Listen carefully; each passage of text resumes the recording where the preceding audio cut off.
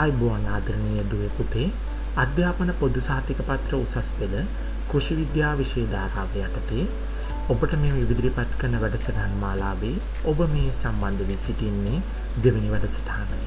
ඔබ මාගේ පළවෙනි වැඩසටහන නැරඹුවේ නොමැතිනම් පහත දිස්වෙන ලින්ක් එකෙන් ගොස් ප්‍රථමයෙන් එම වැඩසටහන ආරම්භ පැමිණෙන්න.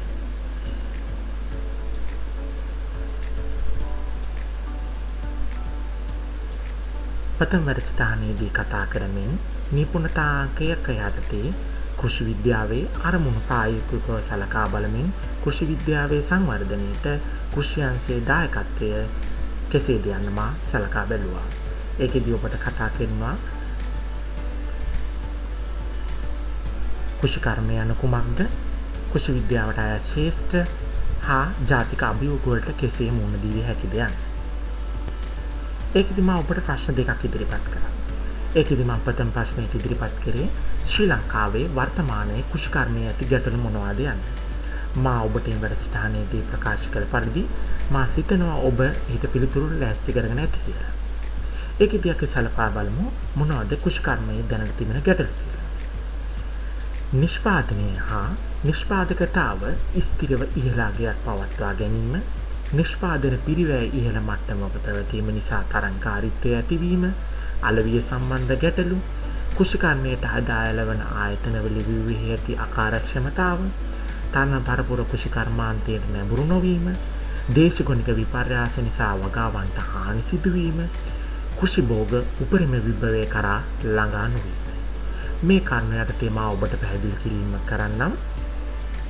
ප්‍රථමයෙන් බලමු නිෂ්පාදනය හා නිෂ්පාදකතාව ස්ථිරව ඉහළාගයක පවත්වා ගැනීම යන්නේ අදහස් වන්නේ කුමක්ද යන්න. අප යම් කිසි නිෂ්පාදනයක් බලාපොරොත්තු වෙනවා නම් එහි නිෂ්පාදකතාවද ඉහළාගයක පවත්වා ගැනීම කළ යුතුයි. අපි උදාහරණයකට ගමු. ඔබ වගා කරනවා යයි සිතන්න කැරට් වගාවක්. එම කැරට් වගාවෙන් ඔබ නිෂ්පාදනයක් ඉහළ නිෂ්පාදනයක් ලබා ගැනීමට ඔබ බලාපොරොත්තු වෙනවා. ඒත් එක්කම එම නිෂ්පාදන කෙටි කාලයකදී ලබා ගැනීමටත් බලාපොරොත්තු වෙනවා. ඒත් එක්කම නිෂ්පාදන ඉහළ මට්ටමකින් ලබා ගන්නාseම එම නිෂ්පාදනවල අඩු පිරිවැයකින් ලබා ගැනීමටත් ඔබ බලාපොරොත්තු වෙනවා. එම නිසා මෙම පිරිවැය අඩුම ප්‍රමාණයෙන් ලබා ගැනීමට හැකි ව්‍යාපාරිකයින් දෙදෙනෙක් සිටිනම්, ගොවි මහත්තුරු දෙදෙනෙක් සිටිනම් ඔවුන් දෙදෙනා අතර තරඟකාරීත්වයක් ඇති වෙනවා. ඒත් එක්කම අපි කෙටි කාලයකින් වැඩි නිෂ්පාදන ප්‍රබලයක් ලබා ගන්නා නිසා ඔවුන්ට අලවිය සම්බන්ධ ගැටලුත් ඇතිවීමට ඉඩකඩ තිබෙනවා. ඒත් එක්කම මෙම අලවිය සම්බන්ධ ඔබට ආයතන නොමැතිනම්, වගාකරුවන්ට ආයතන නොමැතිනම් ඔවුන් අතර තව තවත් තරඟකාරීත්වය ඇති වෙනවා. ඒත් එක්කම ගොවි මහත්තුරුන් බවට පත්වීමට තරණ පරපුර මෙම කෘෂිකර්මාන්තයට නැඹුරු නොවීමද ඔබට ගැටලුවක් බව පැහැදිලි. තරණ පරපුර එතරම්ම කෘෂිකර්මාන්තයේ දෙසට යොමු වීම අඩු නැඹුරුතාවයක් දක්වනවා. ඒත් එක්කම ඔබ දකිනවා විවිධ උදේශගුණික විපර්යාස. අපි වර්ෂාව බලාපොරොත්තු වෙනකොට නියම් සමයක් ලැබෙනවා. අපි වියලි කාලයක් බලාපොරොත්තු වෙනම ඒ කාලෙට වැඩි සමයක් ලැබෙනවා. ඒත් එක්කම මේ නිසා අපිට දේශගුණය ගැන අනාවැකි පළ කරන්න, කාලගුණය ගැන අනාවැකි පළ කරන්න අපිට බොහෝම අමාරු වෙනවා. ඒත් එක්කම අපේ භෝගවකාවල් පවත්වාගෙන යන්න ඉතාමත් අපහසු වෙනවා. ඒත් එක්කම මේ විභවය කරා ළඟා නොවීමෙන් මා අදහස් කරන්නේ ඔබ සිතන්න ඔබ ඉඩමකින් වගා කරනවා කියලා. මේ ඉඩමෙන් ඔබට නිෂ්පාදන කිලෝ 10ක් ලබා ගත හැකි නම් ඒ ඉඩමෙන් ලබා ගත හැකි ඔබ උපරිම නිෂ්පාදන ප්‍රමාණය නම්, නමුත් ඔබට මොනවා හෝ ප්‍රශ්නයක් නිසා, මොනවා හෝ හේතුවක් නිසා ඔබට ලැබෙන්නේ කිලෝ 8ක් නම් ඔබ එම ඉඩමේ උපරිම විභවය කරා ළඟා නොමැති බවයි පෙනෙන්නේ.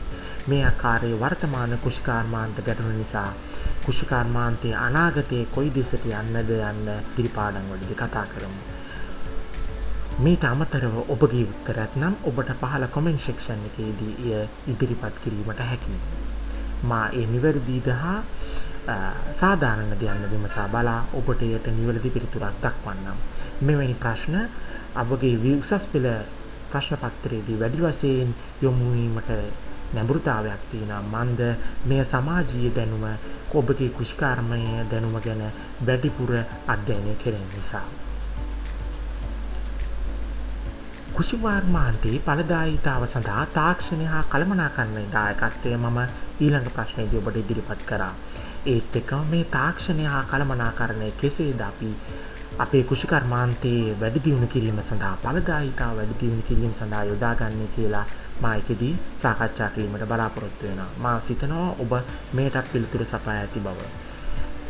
දේශීය ජාන කිටුව වැඩි දියුණු කිරීම, භූමි කළමනාකරණය, අන්තර්ජාලය මගින් දැනුවත් කිරීම, SOS පණිවිඩ මගින් දැනුවත් කිරීම, සම්පත් කළමනාකරණය, කළමනාකරණ කටයුතු ලෙස සිදුවීමන කාලය හා ශ්‍රමය ඉතිරි වීම. අපි බලමු දේශීය ජාන කිටුව වැඩි දියුණු කිරීම යන්නේ අදහස් කරන්නේ ඔබට මේ අමාරු වචනයක් වෙන්න පුළුවන්. අපි ඉදිරි පාඩම් වලදී මේ ජාන කිටුව ගැන වැඩි දියුණු ලෙස කතා කරනවා. එතකන් මම ඔබට සරල අදහසක් ලබා ගැනීමට මෙසේ කියන්නම්. ජාන කිටුවක් කියලා කියන්නේ ඔබ සිතන්න අපේ පාරම්පරික වී වර්ගයක් තිබෙනවා. මම ඔබට පාරම්පරික වී වර්ග කිහිපයක් ගැන මාගේ පළවෙනි වැඩසටහනේදී කතා කරා. ඒ වැඩසටහන ඔබ තාම නරඹන්න ඕනේ. ඉතින් ඔබට මෙම පහළ ලින්ක් එක ක්ලික් කර පහර ඩිස්ක්‍රිප්ෂන් එකේ දක්වන ලින්ක් එකෙන් ඔබට ගිහිල්ලා එම වැඩසටහන නැරඹිය හැකියි. ඒකදී අපි කතා කර අපේ සාම්ප්‍රදායික වී වර්ග කුමක්ද යන්නේ. අපි හිතමු සුවඳල් වී වර්ගය. මේක අපේ තමයි දේශීය ජාන කිටුව. අපි මේ වගා කරන දැන් වී වර්ග නවතම පරීක්ෂණාගාරවල ඉදිරිපත් කරන ලද නව වී වර්ග.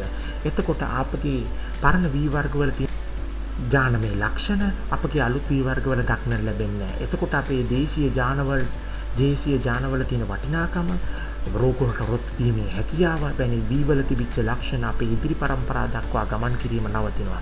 ඒක නිසා අපි දැනගත යුතුයි අපගේ පාරම්පරික වී වර්ග දියුණු කළ ඉවරලා අනාගතයේ දක්වා රැගෙන යන්න. ඒත් එක්කම මේ සත්ත්ව පාලන කටයුතු සඳහා නැඹුරු වීමේදීද තාක්ෂණය කළමනාකරණය අපිට වැදගත් වෙනවා. අපි හිතමු මේ විදිහට ඉස්සර කුකුළු කොටුවක් කරගෙන යනවා නම් ඒ කෙනා කරගෙන ගියේ සාමාන්‍යයෙන් ගෙදරක පිටිපස්සේ නිදලි ක්‍රමයේ භාවිතයෙන්. නමුත් දැන් තාක්ෂණය දියුණු වීමත් සමග සියුම් ක්‍රම වැනි ක්‍රම වලට ගිහින් තියෙනවා. ඒකදී අපි වැඩි සත්ත්ව ප්‍රමාණයක් ආයතනයක අපිට සාදා ගන්න පුළුවන්. ඒකටම උදාහරණයක් විදිහට භූමි කළමනාකරණයක් ගන්න පුළුවන්. කුඩා භූමි ප්‍රමාණයකින් වැඩි පළදාවක් ලබා ගැනීමට ඒත් එක්කම මේ ඉන්ටර්නෙට් එකෙන් SMS පණිවිඩ මගින් දැනුවත් කිරීම මගින් අපේ ගුණ මහත්තුරුන්ට ඉක්මනින්ම රෝගාබාධ පිළිබඳ අලුත් තොරතුරු පිළිබඳ දැනුවත් කිරීමට හැකියි. ඒත් එක්කම බලමු සම්පත් කළමනාකරණය. අපි නගර ආශ්‍රිත වුණොත් නැත්නම් අපේ ගම ආශ්‍රිත වුණොත් මේ අවස්ථා දෙකේදී අපිට ලැබෙන සම්පත් ප්‍රමාණය එකිනෙකට වෙනස්. අපි නගර ආශ්‍රිත වුණොත් අපිට අඩු ජල ප්‍රමාණයක් ලැබෙන්නේ. අපි ගම ආශ්‍රිත වුණොත් අපිට වැඩි ජල ප්‍රමාණයක් අපිට පොළොවෙන් ලැබෙනවා. ඒ විදිහට සලකා බැලුවොත් මෙම ලැබෙන සම්පත් ප්‍රමාණය ඒ ප්‍රදේශවලට අනුව කළමනාකරණය කර ගැනීමටත් මෙම තාක්ෂණය අපිට උදව් වෙනවා. ඒත් එක්කම කළමනාකරණ කටයුතු හා කාලය අපි විතර මැනේජ්මන්ට් එක හොඳින් අපේ ශ්‍රමිකයෝ මැනේජ් කරන්න අපි අර වැඩේට මේ ශ්‍රමිකයෝ යොදනවා, මේ වැඩේට දක්ෂතාවය අනුව මේ ශ්‍රමිකයෝ යොදනවා. ඒ විදිහට අපි කළමනාකරණය කරගත්තොත් අපගේ ශ්‍රමිකයන්ගෙන් වැඩි අපිට පළදාවක් ගන්න පුළුවන්, වැඩි දායකත්වයක් ලබා ගන්න පුළුවන් අපේ කුෂිකර්මාන්තය, අපේ කුෂිකර්මය දියුණු කර ගැනීම සඳහා. ඉන්පසු මෙම නිපුණතා මට්ටම එකේ කුෂිකර්ම තාක්ෂණය හා කළමනාකරණයේ සංයෝජනය තවදුරටත් අපි විමසා බලමු කොහොමද මේව සංයෝජනය කරන්න කියලා.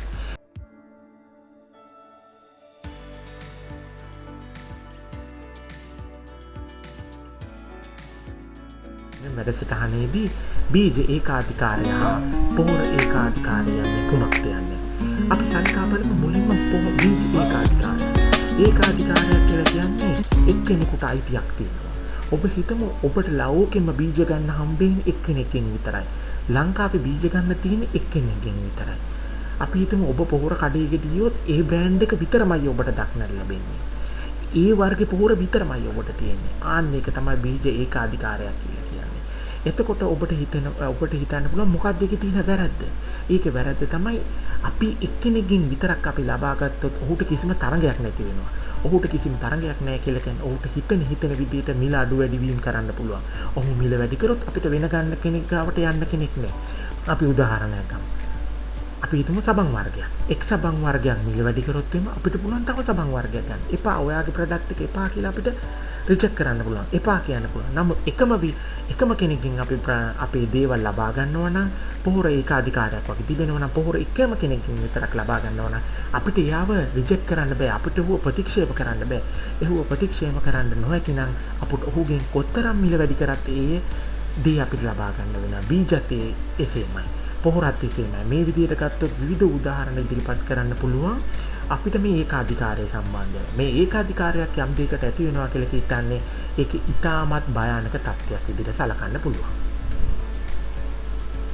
අපි බලමු කුෂිකර්මයේ විද්‍යාත්මක පදනම පැහැදිලි කළා. කුෂිකර්මයේ විද්‍යාත්මක පදනම පැහැදිලි කරනවා කියලා කියන්නේ කුෂිකර්මයේ විද්‍යාත්මක විෂයක් ලෙස අපි පෙන්වන්න ඕනේ. කුෂිකර්මයේ විද්‍යාත්මක විෂයක් විදිහට පෙන්නනවා නම් එහෙම අපි කුෂි විද්‍යාව කියලා නමින්ම කියනවනේ කුෂි විද්‍යාත්මක මේ විද්‍යා විෂයක් කියලා. අපි බලමු උදාහරණ වලින් මොන වගේ උදාහරණද ගන්න පුළුවන් කියලා මේක විද්‍යාත්මක විෂයක් විදිහට. උද්භිද විද්‍යාව මගින් ශාක පිළිබඳ අධ්‍යයනය කරන අතර ක්ෂණ භාවිතා කරමින් භෝග සංවර්ධනය සඳහා භෝග විද්‍යාව අපි යොදා ගන්නවා. මේක උද්භිද විද්‍යාව අපි ඉගෙන ගන්නවා. ශාකවල කොහොමද අධ්‍යයනය කරන්නේ? කොහොමද අපි මේවා ප්‍රායෝගිකව යොදාගන්නේ කියලා අපි කතා කරනවා. ඒ කියන්නේ අපිට මේකෙන් ඔප්පු වෙනවා කුෂිකර්මය කියලා කියන්නේ විද්‍යාත්මක විෂයක් කියලා. අපි තව උදාහරණයක් ගමු. ස්වභාවිකව පවතින මූලද්‍රව්‍ය පිළිබඳ රසායනික අධ්‍යයනය කිරීම හා ඒවායින් කුෂිකර්මය හා කුෂි විද්‍යාවට දායකත්වයේ සලකා බැලීම හා ඒවායින් පොහොර නිෂ්පාදනය කිරීම අපි කතා කරනවා. ශාකවලට පෝෂණය ලබා ගන්න කෙසේද? ශාකවලට පස කොහොමද යෙදෙන්නේ? අපි කොහොමද මේ ශාක පෝෂණය උරා ගන්න? මේ මූලද්‍රව්‍ය යෙදෙන්නේ කොහොමද කියලා අපි කතා කරනවා. ඒක නිසා මේ වායේ විද්‍යාත්මක පදනම ගැන අපි සාකච්ඡා කරනවා. ඒකෙන් පැහැදිලි වෙනවා කුෂිකර්මය කියලා කියන්නේ විද්‍යාත්මක විෂයක් කියලා. ඊට පස්සේ අපි කතා කරමු ජීව විද්‍යාවේ මූලධර්ම කුෂිකර්මාන්තයේදී හා ශාක අභිජනනය තාක්ෂණය සඳහා භාවිත කිරීම. මම පෙරදිත් කතා කරා නවතම බීජ වර්ග නිපදවනවා, ශාක වර්ග නිපදවනවා. අපි ශාක මිශ්‍ර කරනවා, විවිධ වූ ශාක වර්ග මිශ්‍ර කරනවා. අපි මේ විදිහට කරගෙන යද්දී මේකේ ජීව විද්‍යාවද සම්බන්ධ වෙනවා. ශාකවල ජීව විද්‍යාත්මක අපි ඇගීමක් කරනවා. වතුර ගමන් කරන්නේ කොහොමද? මෙයා පෝෂණය උරාගන්නේ කොහොමද? මේ විදිහට අපි කතා කරද්දී මේ ජීව විද්‍යාත්මක මූලධර්ම, කුෂිකාත්මක මූලධර්ම, විද්‍යාත්මක මූලධර්ම අපි කතා කරනවා නම් අපිට ඒකෙන් පැහැදිලි වෙනවා කුෂිකර්මයේ විද්‍යාත්මක පදනමක් තිබෙනවා කියලා. ඒත් එක්කම භෞතික විද්‍යාවේ යෙදීම්, පසුවස්වන තාක්ෂණයේ යෙදීම්, අපි ජලයේ යෙදීම් ගැන කතා කරනවා. ජලය කොහොමද භාවිතා කරන්නේ ගැන කතා කරනවා. ඒත් එක්ක මේවා භාවිතා කරද්දී සලකා බැලිය යුතු කරුණු ගැන කතා කරනවා. මේ වගේ කරුණු නිසා අපිට පැහැදිලි වෙනවා කුෂිකර්මයේ විද්‍යාත්මක පදනමක් තිබෙනවා කියලා. අපි බලමු අතීතයේ ශ්‍රී ලංකාවේ කුෂි ශාස්ත්‍රීයත්වයේ කෙසේද පැවතියේ කියලා. අතීතයේ ශ්‍රී ලංකාවේ කුෂිකර්මාන්තය හා ආශ්‍රිත කර්මාන්ත ප්‍රබල සාක්ෂි වලින් අපිට ඔප්පු කරන්න පුළුවන්. අපි ඔප්පු කරලා බලමු විජය අවතරණයේ සිදුවන අවස්ථාවේ කුයිනේ කපු කටමින් සිටිනවා. ඒත් එක්කම කිරි හා කිරි නිෂ්පාදන සහ තත්ත්ව පාලන කටයුතු පෙර කාලයේ සිට පැවතියා. රජවරු කුෂිකර්මාන්තයේ දියුණු කිරීමට වැව් ඉදිකිරීම සිදු කරා. මහා පරාක්‍රම මහරජතුගේ කාලයේදී ධාන්‍ය පිටරට යැවීම සිදු කරනු ලැබුවා. අපි බලමු මේ උදාහරණ වලින් කෙසේද ශාස්ත්‍රීයත්වය අපි ඔප්පු කරන්න කියලා. විජය අවතරණය සිදුවන අවස්ථාවේදී කුයිනේ කපු කටමින් සිටිනවා කියලා කියන්නේ මේ කපු කර්මාන්තයේ ශ්‍රී ලංකාව තුළ විජය අවතරණයටත් පෙර සිට පැවති බවට හොඳ සාක්ෂියක්. ඒත් එක්කම ශ්‍රී ලංකාවේ ගම්මාන තුළ රජ කාලයේදී පවා මෙම සත්ත්ව පාලන කටයුතු හා සතුන්ගේ අපේ කුෂිකර්මාන්තය සඳහා පළ ප්‍රයෝජන ලබාගත් බව අපි ඉතිහාස කතාවල කියවෙනවා. ඒත් එක්කම රජවරු කුෂිකර්මාන්තයේ දියුණු කිරීමට වැව් ඉදිකිරීම සිදු කරා කියලා අපි අහලා තියෙනවා. ඒ කියන්නේ රජවරු කුෂිකර්මාන්තයට වැඩි දායකත්වයක් දක්වුවා. ඒත් එක්කම පරාක්‍රම මහරජතුමාගේ කාලේ ධාන්‍ය පිටරට යැවීමක් සිද්ධ කරලා තියෙනවා. ඒ කියන්නේ අපගේ ශ්‍රී ලංකා දේශය කුෂිකර්මාන්තෙන් ශාස්ත්‍රීය වෙලා තිබිලා තියෙනවා. එම නිසා තමයි පිට රටවල් වලට පවා අපගේ ධාන්‍ය යැවීමට හැකියාව ලැබී තිබෙන්නේ. අතීත ශ්‍රී ලංකාවේ කුෂි ශාස්ත්‍රීයත්වයට තුරුදුන් හේතු මොනවාද අපි සලකා බලමු. දේශීය තාක්ෂණය, සංස්කෘතිය හා ආගමික පසුබිම, වාර කර්මාන්තය හා රාජ්‍ය අනුග්‍රහය. මා පෙර කිව්සේ රාජ්‍ය අනුග්‍රහය වැඩි වශයෙන් යොමු වෙලා තියෙනවා මේ කුෂි කර්මාන්තය සඳහා. ඒ සංස්කෘතිය හා ආගමික පසුබිම වැඩි වශයෙන් කුෂිකර්මාන්තයත් සමග යොමු වෙලා තියෙනවා. අපි අපගේ පළදාවක් ගත්තොත්, අපගේ ඉඩමක පළදාවක් ගත්තොත්, අපගේ ගොයමේ පළදාවක් ගත්තොත් අපි ඒක මුලින්ම අරන් යන්නේ අපේ පන්සලට. ඒක අපේ ආගමික පසුබිමත් එක්ක අපිට බැඳිච්ච දෙයක්. අපි සංස්කෘතිකයේ වශයෙන්ම අපි තුන් වේලටම කන්නපත්. ඒ කියන්නේ අපි කුෂිකාර්මිකව අපි ස්වයං පෝෂිත වෙලා තිබිලා තියෙනවා. අපේ කුෂිකාර්මික දේශයක් විදිහට තමයි ශ්‍රී ලංකාව අපිට හඳුන්වන්න පුළුවන්. ඒත් එක්කම අපිට දියුණු තාක්ෂණයක් තිබිලා තියෙනවා. මම ඉදිරි පාඩම් වලදී කතා කරනවා ඒ දියුණු තාක්ෂණය කොහොමද, මේ වැව්වල තාක්ෂණය කොහොමද කුෂිකර්මාන්තයේ ශාස්ත්‍රීයත්වයට දායක වුණේ කියලා. ඒත් එක්කම මේ වාරි කර්මාන්තය මා පෙර කිව්සේ වැව්වල තාක්ෂණය තාමත් අපිට හඳුනා ගන්න බැරි වෙනවා. මෙවැනි තාක්ෂණයක් කොහොමද මේ ශ්‍රී ලංකාව තුළ තිබුණේ? කොහොමද මෙවැනි තාක්ෂණයක් ඔවුන්ට ලැබුණේ?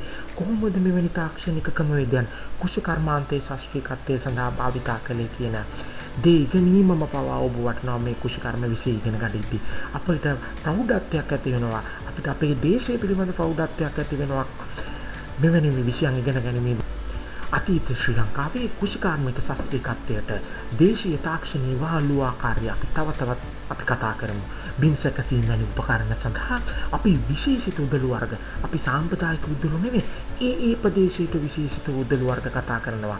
අපි යාපනයේ උදැල්ල, ඇඹිලිපිටිය උදැල්ල වනියනි උදාහරණයක් ඉදිරිපත් කර හැකි. මම ඉදිරි ස්ලයිඩ් එකේදී ඔබට ඒ පින්තූර ඉදිරිපත් කරන්නම්. රෝපණ ද්‍රව්‍ය අපිමයි හැදුවේ. අපි කඩේට ගිහිල්ලා රෝපණ ද්‍රව්‍ය ගෙනාවේ නැහැ. අපි වෙන කෙනෙක්ගෙන් රෝපණ ද්‍රව්‍ය බලාපොරොත්තු වෙන්නේ. අපි බිත්තර වී ටික අපිමයි හදාගත්තේ. අපිමයි කාබනික පෝර ටික හදාගත්තේ. අපිමයි අපේ දේවල් ටික කරගත්තේ. අපි වෙන කෙනෙක් මත යපුන්නේ නැහැ. අපි පිටරටින් පෝර ටික ගේනකම් හිටියේ නැහැ. අපි කාබනික පෝර ටික හදාගත්තේ අපිමයි. අපේම පෝර අපිම හදාගත්තා. ඒ තරමට අපි ශාස්ත්‍රීය වෙලා සිටියා. අපි පිටරටින් ගේන ඇමෝනියා ටික, පිටරටින් ගේන යූරියා ටික අපි බලාපොරොත්තු වෙන්නේ හිටියේ නැහැ. අපි අපේ වගාවල් පෝෂණය කරේ අපගේම පොහොරවලින්. පරිභෝජන පාලන ක්‍රම, දිය හොල්මකේ, කුරුළු පාලු වැනි විවිධ වූ තාක්ෂණිකම අපි යොදාගත්තා. ඒවා අපිම හදාගත්තා. ඒත් එක්කම අපි කාල හෝරානුව වගා කරා. ඉඩෝරයට හේන් ගිනි තැබීම, ඒත් එක්කම හේන් එලි කිරීම වගේ දේවල් කරා. මේවා මගින් පස ශාස්ත්‍රීය වුණා. අපි කියනවා නැකත බලලා තමයි ඉදමක වගා කරන්න යන්න ඕන කියලා.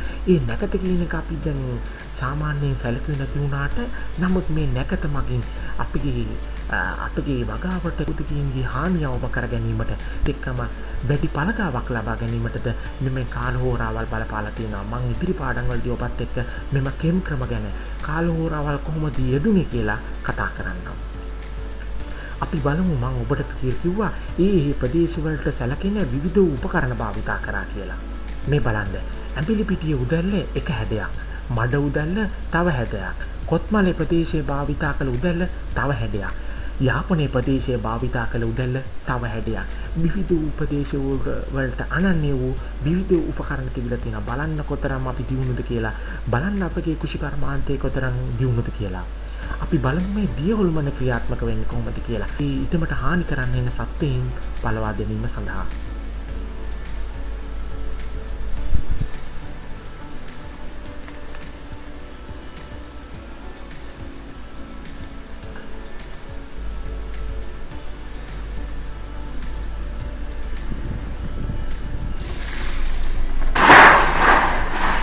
ඔබට මේකෙදි දිස් වෙනවා දිය හොල්මනේ ක්‍රියාකාරීත්වය කොහොමද කියලා.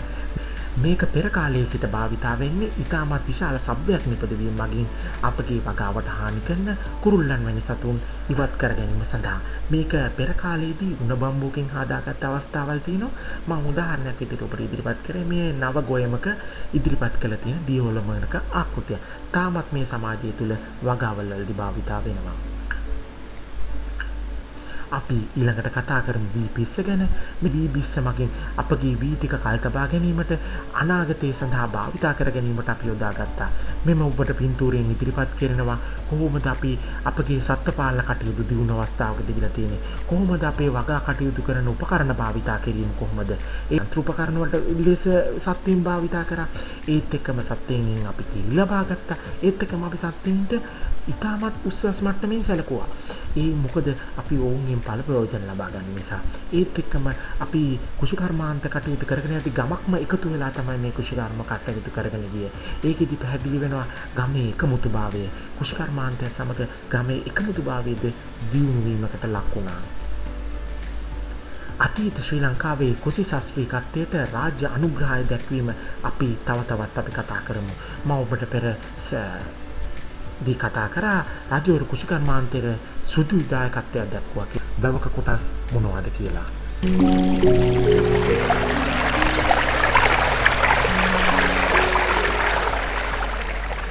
වැවක් යනු ජලය ගබඩා කරන ස්ථානයක් ලෙස බැලූ බැල්මට දිස්වනද ඒ අත්‍යවශ්‍ය අංග රැසකින් සමන්විත විස්මිත නිර්මාණයකි. එම අංගවලින් වැවට මෙන්ම වැව් ජලයටද සිදුවන මෙහෙය විස්මය ජනකය. වැකන්ද යනු වැව් කණ්ඩියයි. වැවෙහි තැන්පත් ජලය රඳා සිටින්නේ මෙම වැකන්ද හෙවත් වැව් බැම්මයි. බිසෝ කොටුව යනු වැවක ඇති අංග අතර අති විශේෂ වූත් ප්‍රධාන වූත් අංගයකි. එය දක්නට ඇත්තේ විශාල වැව්වලය. බිස්ස යනු යමක් තැන්පත් කරන අංගයක් හඳුන්වන වචනයකි. ඒ අනුව ජලය තැන්පත් වන ස්ථානය බිස්ස වන අතර කොටුවක හැඩය ඇති හේයින් එය බිසෝ කොටුව ලෙස හඳුන්වයි. විශාල වැව්වල ජල ප්‍රවාහය සොරවුව හරහා වේගයෙන් පිටතට ගලා යාමේදී වැව් බැම්මට ඇතිවන පීඩනය අවම කිරීම මෙහි කාර්යභාරයයි. මඩ සොරවුව පිටවාරට පහළින් පිහිටා ඇති අතර ජල පතුලේ එක් රැස්වන කිවුල ආදී බැරලෝහ පිටතට ගෙන යන්නේ මඩ සොරවුව තුලින්. මෙමගින් බැරලෝහ මිශ්‍ර ජලය වගා බිම්වලට ගලා යාම වැළකේ.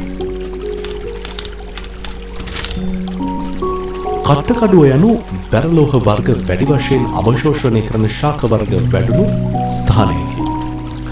වැටකේ කුඹුක්, දං, වල්බෙලි, වේවැල් ආදී විශේෂ ශාකවලින් මෙය පිරී පවතී.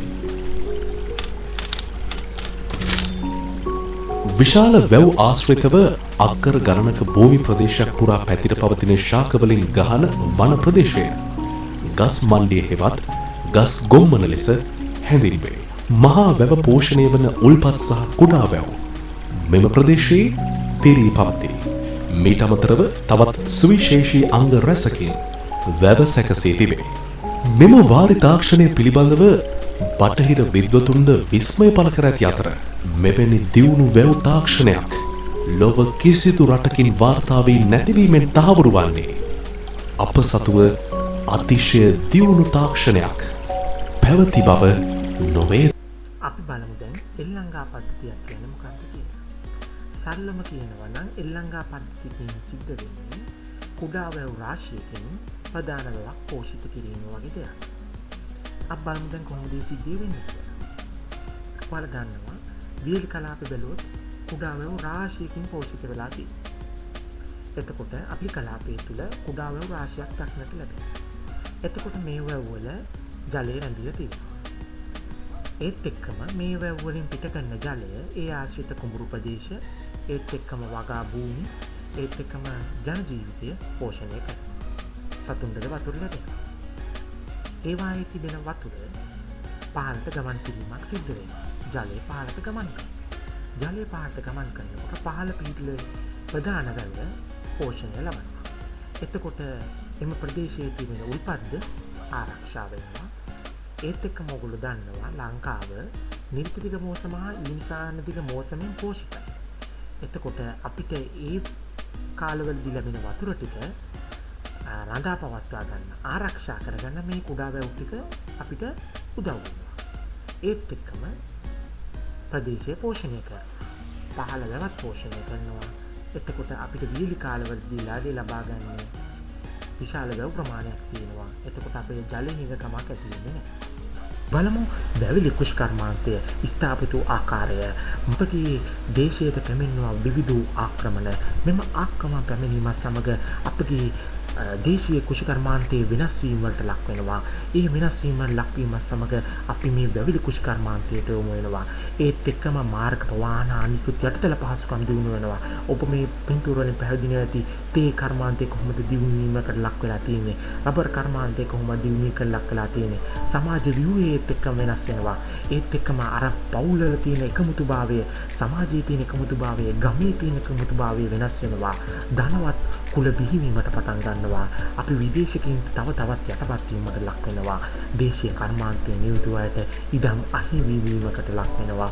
මේත් එක්කම අපගේ තිබිච්ච පැරණි කර්මාන්ත, පැරණි දේශීය තාක්ෂණය කමක්කමෙන් යටපත් වෙනවා. ඒත් එක්කම මේ වැවිලි කුෂිකර්මාන්තයට අපි යොමු වීමකට ලක් වෙනවා.